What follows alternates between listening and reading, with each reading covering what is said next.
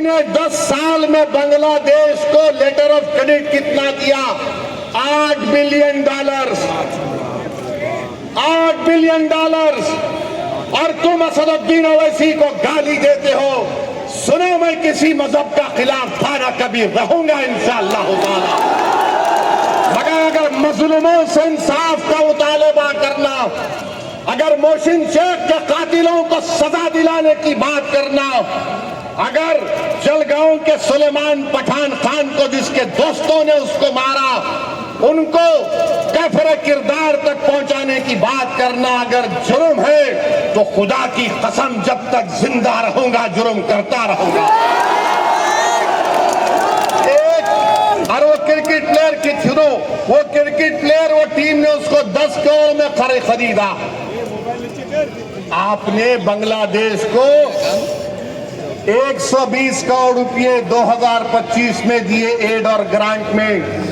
1160 megawatt power Bangladesh को भारत से जा रहा है और 10 साल में मोदी की हुकूमत ने एलओसी दिया $8 बिलियन का, $8 बिलियन का। और तुम नफरत करते हो मुसलमानों से। मैंने पार्लियामेंट में खड़े होकर कहा था कि बांग्लादेश की हमारे हिंदू भाई बहनों की मंदिरों का तहफ्फुज़ होना चाहिए। आप पैसे दे रहे हैं और यहाँ पर बीजेपी के लोग, क्योंकि महाराष्ट्र का इलेक्शन है, महाराष्ट्र की और मुंबई की जनता को बोल रहे देखो हमने एक बांग्लादेशी को भिजा दिया। अरे एक और को भिजाओ ना जो मोदी की बहन बनकर दिल्ली में बैठी हुई है। क्या आप चाहते हो मोहतरमा बांग्लादेश जाए? आप चाहते हो बांग्लादेश को दे दिया जाए? तो लगाओ नारा, नारे तकबीर।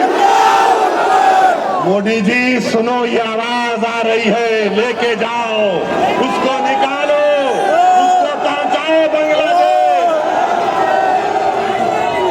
और दूसरी बात अभी खत्म नहीं हुआ मोदी के ऊपर।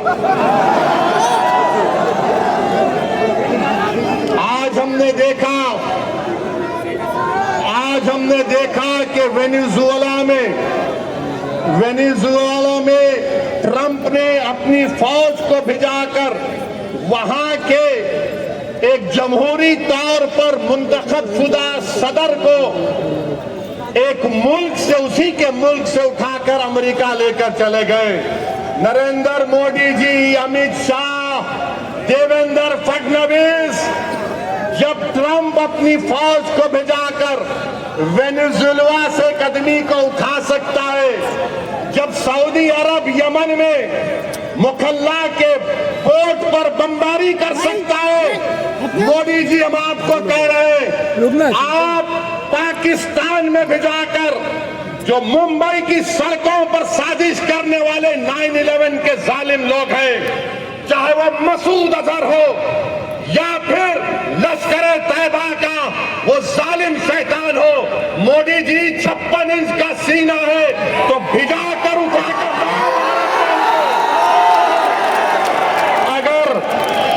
अगर ट्रम्प कर सकता है तो क्या आप कम है? जब ट्रम्प कर सकता है तो आपको भी करना पड़ेगा, क्योंकि मोदी ने कहा था अब की बार ट्रम्प सरकार। तो मेरे भाई, मुझे मालूम कि आज के इस भाषण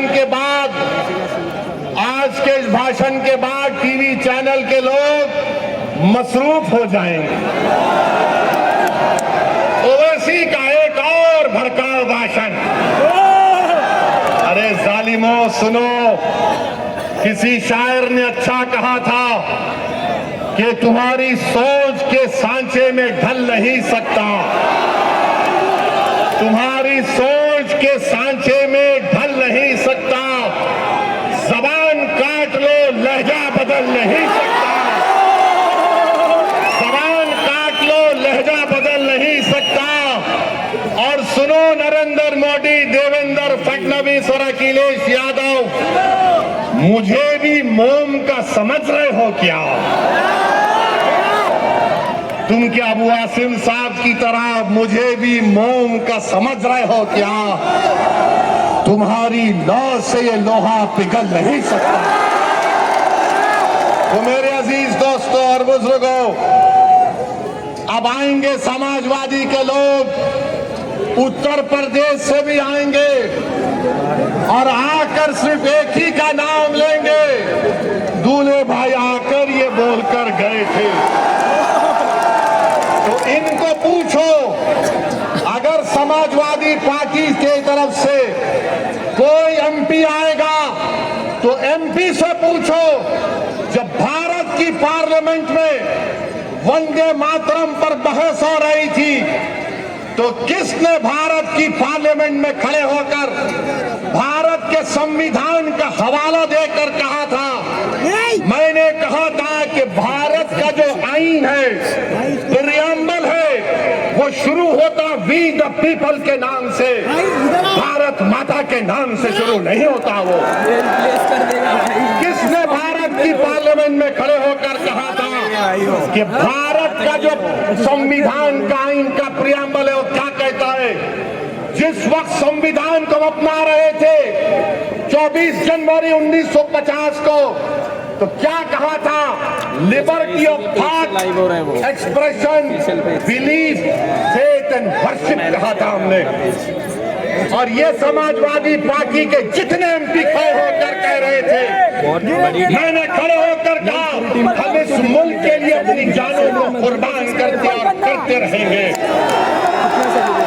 मगर हमने कहा है कि हम सिर्फ अल्लाह की इबादत करने वाले हैं। हम अपनी माँ